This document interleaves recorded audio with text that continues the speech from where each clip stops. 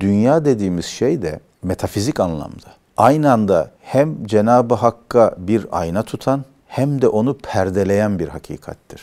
Ona ayna tutar çünkü onun tecellisidir. Ama dünya aynı zamanda bir perdedir. Bir şeyin, bir başka varlığın aynı anda hem aynası hem perdesi olmasını kavramak bir metafizik incelik gerektirir. Bir zihin berraklığı ve letafeti gerektirir. Bu dengeyi kurduğunuz zaman da dünya tabir caizse sizin avucunuzun içine geliverir.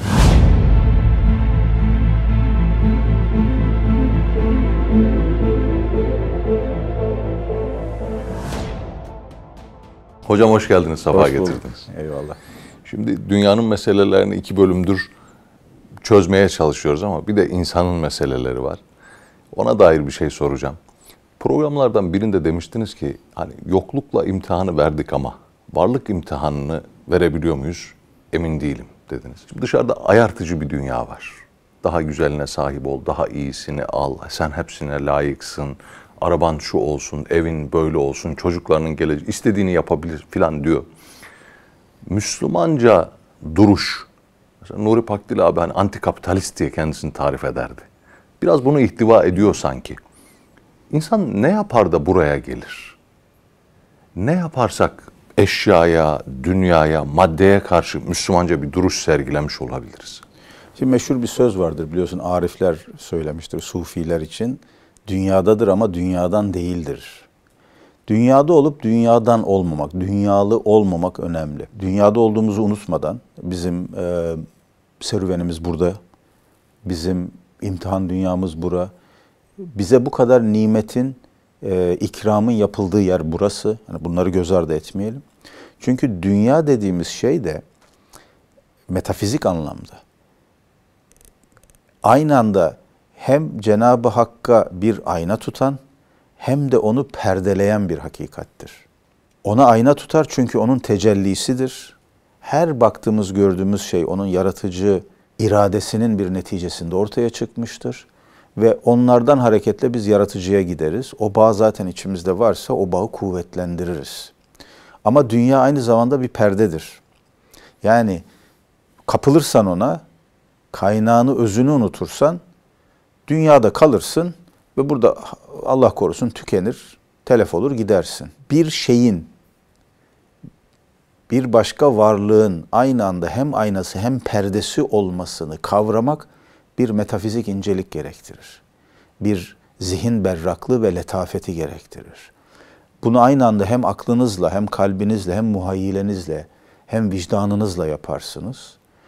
Bu dengeyi kurduğunuz zaman da dünya tabir caizse sizin avucunuzun içine geliverir. Dünya sizi değil, siz dünyayı avucunuzun içine alırsınız ve onu nasıl yöneteceğinizi, maddeyi, maddenin işte o yoldan çıkartan, ihva edici bütün özelliklerini, dünyanın şehvetini, malını, mülkünü, şusunu, busunu yönetmeye başlarsınız. Çünkü bilirsiniz ki siz ruh ve mana itibariyle bu dünyanın üstündesiniz. Madde olarak belki aynı şeyiz de, DNA'mız aynı, işte bilmem içimizdeki şeyler, kimyasal tepkimeler vesaireler benzer de vesaire ama biz biliyoruz ki insan bundan ibaret değil. Mana olarak biz dünyadan daha fazlayız, daha üstündeyiz o dünyanın. O zaman bizim dünyaya hükmetme, dünya hakkında bir tasarrufta bulunma şansımız da artar. O zaman dünya ile aramıza doğru bir mesafe koyarız. Doğru mesafeden kasıt da tam da işte dünyada olup dünyadan olmamak, dünyada bulunup dünyalılaşmamaktır. Bu dengeyi kurabildiğimiz oranda da işte İslam düşünce geleneği muazzam bir medeniyet üretmiştir. Bir inanç olarak gelen İslam vahyi çok kısa bir sürede küresel bir medeniyete dönüşmüş. Bilimden teknolojiye, siyasetten şehirleşmeye, tabiattan ticarete her alanda bütün insanlığa örnek teşkil eden bir medeniyet kurmuş. Ve bunu yaparken de din ile dünya, madde ile mana, ruh ile beden arasındaki dengeyi doğru kurarak yapmış. Birini birine mahkum etmemiş, birini diğerine feda etmemiş, birini savunacağım, koruyacağım diye diğerinden feragat etmemiş, onu göz ardı etmemiş. Yani dünyanın da hakkını vermiş, dinin de hakkını vermiş. Aslında Müslümanca bir bakış açısıyla dünyanın hakkını vermek de dini inancın bir gereğidir, bir parçasıdır. onu doğru bir şekilde doğru yerine koyduktan sonra ya bu Cenab-ı Hakk'ın bana bir ikramıdır, bir emanetidir, onun tecellisidir deyip onu koruyup kollamak. Ama bir dakika bak, çok burada ölçüyü kaçırırsam bu bana perde olur haşa, kör olurum kaygısıyla da o dünyaya belli bir mesafede durabilmek ve onun üstüne çıkabilmek. Bu dengeyi kurduğumuz zaman ben yani 10. yüzyılda da 25. yüzyılda da inancımızın gereğini bu dünyada, bu madde alemin içerisinde düzgün bir şekilde yaşayabileceğimizi düşünüyorum. Ama bazen öyle durumlarla karşılaşıyoruz ki din adına dünyasını, dünya adına dinini heba ediyor. Farkında değil. Bu dar şeyden çıkıp bu ikisi arasındaki dengeyi yani doğru koyabilmek, doğru kurabilmek gerekir. Bunu yaparsak dünyanın imtihanlarıyla da daha iyi baş ederiz gibi geliyor bana. Bu da tabii her an bir teyakkuz halinde olmayı gerektiriyor. Zihnen, kalben, aklen. Yani bir defa değil, bu insan her an kendini sigaya çekecek. Her an bir daha bir aynaya bakıp neredeyiz, ne yapıyoruz, nereye gidiyoruz diyecek. Bunu yapabildiğimiz oranda da bu dengeyi kurabiliriz ve din adına da dünya adına da daha doğru ve düzgün işler yapabiliriz gibi geliyor bana. Eyvallah. Sevdiğim bir arkadaşım, çocuklarıma nasihat ediyorum diyor. Yani ayda 100 lira olsun bir sadaka verin. Oğlu demiş ki baba yani 100 lira sadakadan ne olacak sanki yani sadaka mı? 1 lira bile olsa ver. Niye deyince ya sadaka verenlerin arasında adın yazılsın. Güzel. Yani miktar önemli değil. O listede adın olsun. Sanki buraya gelmemiz lazım da gelemiyor muyuz hocam? Niye gelemiyoruz? Şimdi bu ilgimizin, alakamızın talibi çok fazla bu dünyada. Her şey bizi bir yerden çekiştiriyor. Madde dünyası çekiştiriyor, siyaset çekiştiriyor, kültür dünyası, sanat dünyası, sosyal medya, meşhurların şusu, busu, magazin dünyası, moda dünyası, estetik dünya. İnsanı her tarafından korkunç bir şekilde çekiştiren bir dünyada yaşıyoruz şu anda.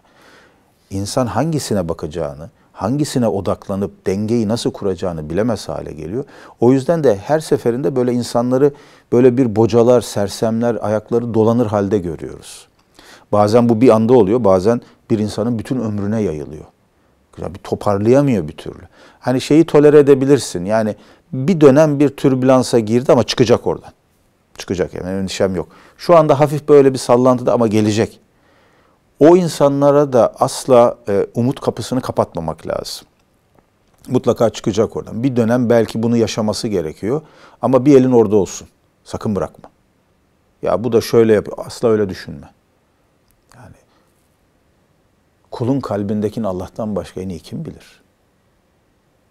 Yolculuk bitmedi ki, hikaye bitmedi ki, serüven bitmedi, film bitmedi. Bir dur bakalım.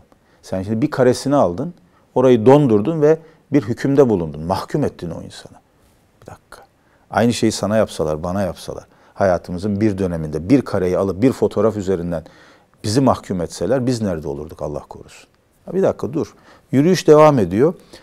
Bütün herkesle insan, ilişkilerinde, eşiyle, dostuyla, yakını uzağıyla, toplumla, bir topluluğun gidişiyle, ilişkisinde böyle bir bakış açısına sahip olmalı.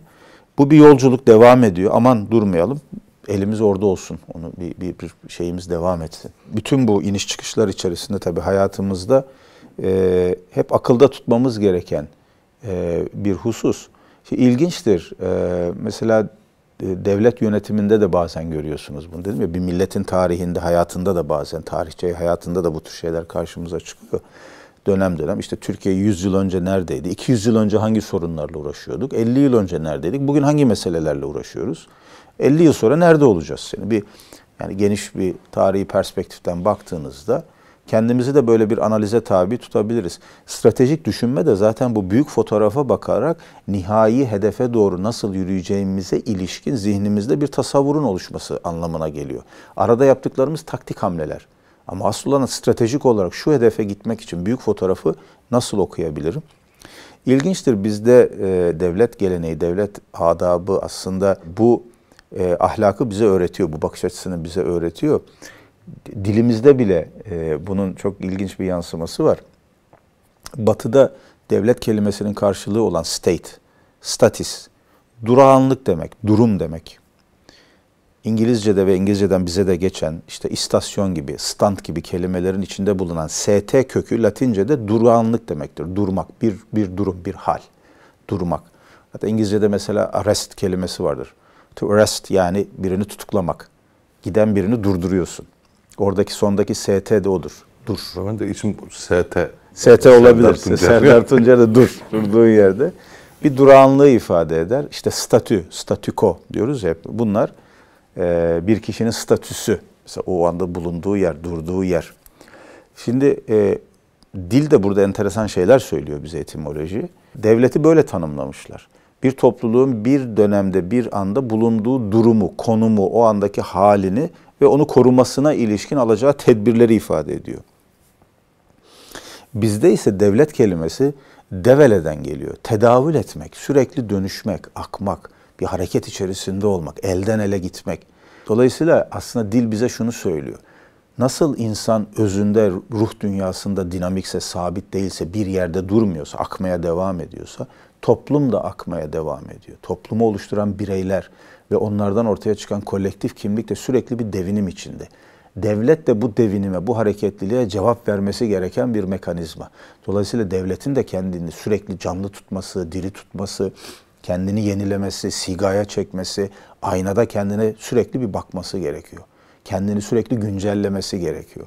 Dolayısıyla devlet işini yaparken de bu dinamizmi, bu akışkanlığı akılda tutarak hem kendi toplumuna hem diğer devletlere, uluslararası düzeyde bir bakış açısı geliştirirken, bir politika inşa ederken bu noktayı hep aklında tut diyor. Hatta Kur'an-ı Kerim'de bir ayette biliyorsunuz bir mülkle ilgili dikkat edin, sadece bazılarınızın arasında dolanan, tedavül eden bir şeye dönüşmesin diyor. Onun ilkesi de adalet ilkesi.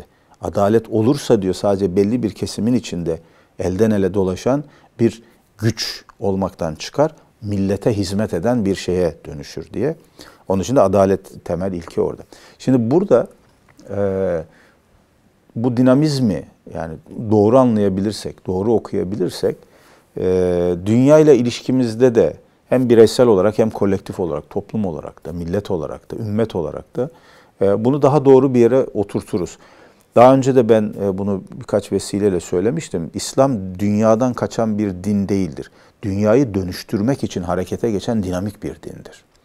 Dünyayı dönüştürmek demek aslında maddeyi kendi bulunduğu seviyenin üzerine taşımak demektir. Sembolik anlamlar, kavramsal manalar katarak onu bulunduğu yerin üzerinde bir yere taşımaktır. Taşı alıyorsun, ev yapıyorsun. İnsan için bir mekana dönüştürüyorsun. Taş artık taş olmaktan çıkıyor. Ahşabı alıyorsun, bir cami yapıyorsun. Artık ahşap, ağaç olmaktan çıkıyor, bir mabede dönüşüyor. Bir basit teli alıyorsun, bir enstrüman yapıyorsun. Bir tını, bir nota, bir ses çıkartıyorsun. O insana artık bir ağıt oluyor, bir türkü oluyor, bir ninni oluyor. Şimdi bu maddenin manasını yükseltmek demektir. Metafizik olarak onu yükseltmek anlamına geliyor. Maddeye böyle bakabilirsek, her manada yani kumaşından, camına, taşından, işte dünyanın bütün sunduğu diğer bütün imkanlara kadar. Böyle baktığımız zaman dünyada olup dünyadan olmamayı, dünyalılaşmamayı da becerebiliriz gibi geliyor bana. Saadettin Ökten Hoca selam olsun. İstina ve iktifa der ve bunların içine öyle güzel doldurarak söyler ki ifade etmese dahi o deyince istinanın ve iktifanın mühim bir şey olduğunu fark edersin. İstina çok önemli. Yani dünyadan müstani olmak, uzak olmak, ona muhtaç olmamak. İnsan insana müstani olmaz. O kibir getirir Allah korusun. Ama dünyaya, maddeye karşı müstani olursun. Yani benim eyvallahım yok. Sen bir dakika yani diyebilmeli insan maddeye değil mi? Ya sen benim altımdasın ya ben sana niye gelip kul köle olacakmışım diyebilmeli insan. O istina da iktifa getiriyor tabii. Yetinmeyi öğreniyorsun. Şimdi mesela hep deniyor ya işte az çoktur. Az daha çoktur aslında. O ne demek hocam? Azaltmak demek aslında daha derin yaşamak demektir.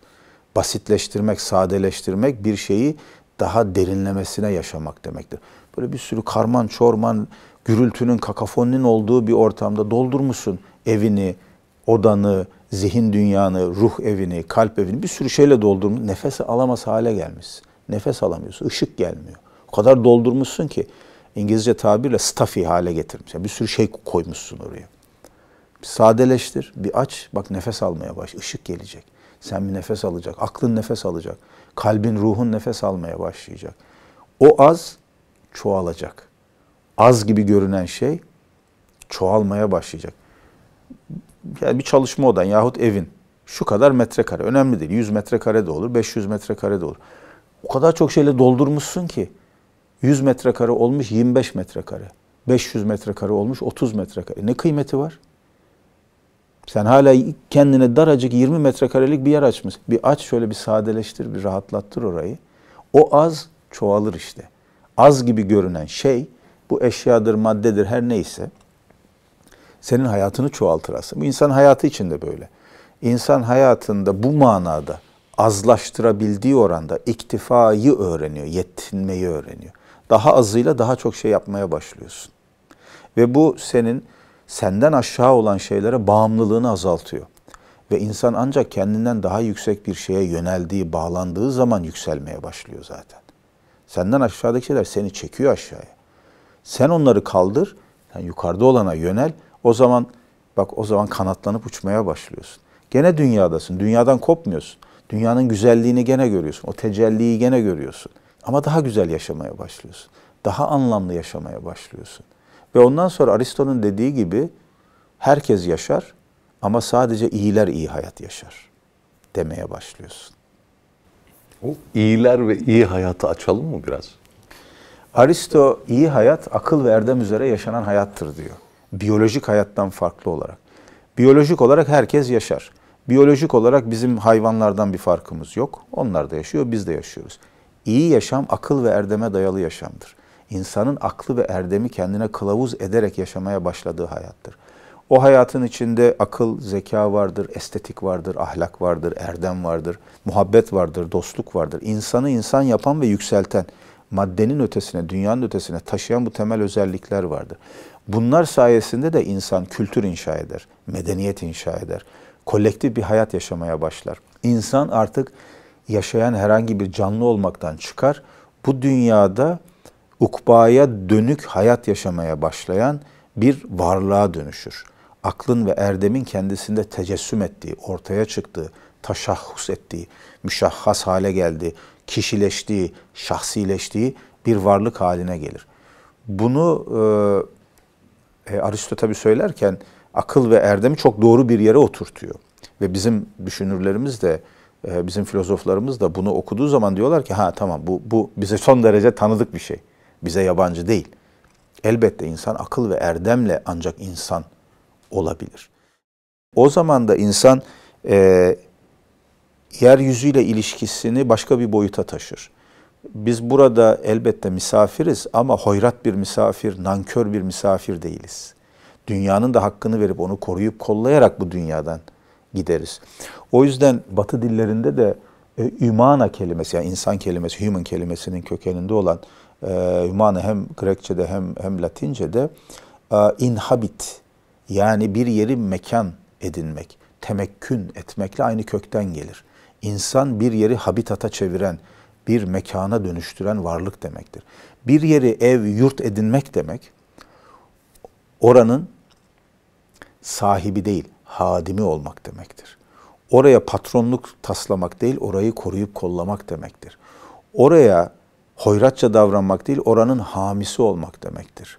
Siz bir yeri, yeriniz, yurdunuz yaptığınızda ne yaparsınız? Etrafını temizlersiniz, çakıldan, taştan kurtarırsınız. Bir tehlike vesaire gelmesin diye tedbirler alırsınız, bahçesini yaparsınız, bostanını yaparsınız. İnsan yeryüzünü bu manada bir yurda dönüştürmeye başladığında işte yüksek bir referansla, akıl ve erdemle dünyayı dönüştürmeye başlar. Dünyaya böyle, maddi dünyaya böyle bakabildiği için de çevreyi korur. Hayvanlara, bitkilere zulmetmez. Ama asıl önemlisi diğer insanlarla birlikte bir habitat inşa etmeye başlar. Bir yaşam alanı inşa etmeye başlar. Ve o zaman ilişkiler daha medeni hale gelir. İlişkiler daha insani, daha centilmen, daha kibar, daha nezih hale gelir. Ve bunlar günlük hayatın kenarında, kıyısında kalan marjinal bir takım lüksler olmaktan çıkar. Tam tersine bizim hayatımızın her alanını nakış nakış işleyen birer akıl ve erdem nişanesi haline gelir. İşte iyi yaşam böyle bir şeydir. İyi yaşamak böyle bir şeydir. Ve ancak iyi yaşayanların bir hikayesi olur. Diğerlerinin sadece tarihi vardır. Eyvallah.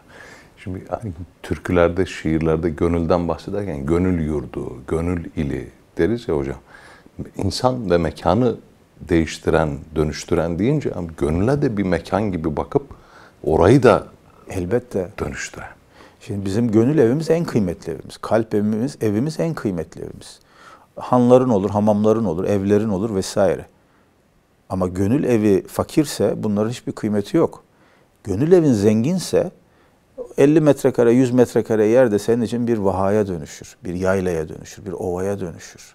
Ve asıl önemlisi insan maddi olarak evine neyin girip çıktığına dikkat etmek zorunda olduğu gibi asıl gönül evine neyin girip çıktığına, orada kimin bulunup kimin bulunmadığına da en azami dikkati göstermek zorunda.